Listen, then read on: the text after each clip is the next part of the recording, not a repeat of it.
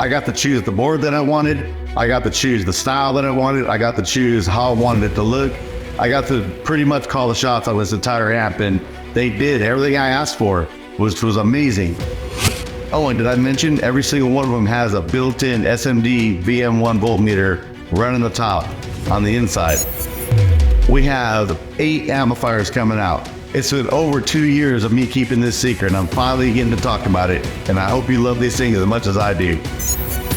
Built-in cooling fans and a clear top that can be replaced or it can be customized any way you want it to be. There's lots of stuff planned in the future. I've always loved an amplifier that was upside down with a clear bottom on it so you can see all the guts. So my favorite part about this amp is that it's already pre-flipped for you, and it's got a little clear top on it, and not only that, but LEDs for days, whatever color you want.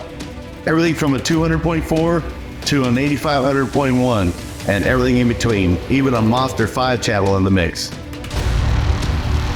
I'm so excited to finally have my own amp with my name on it, by DS18 of course.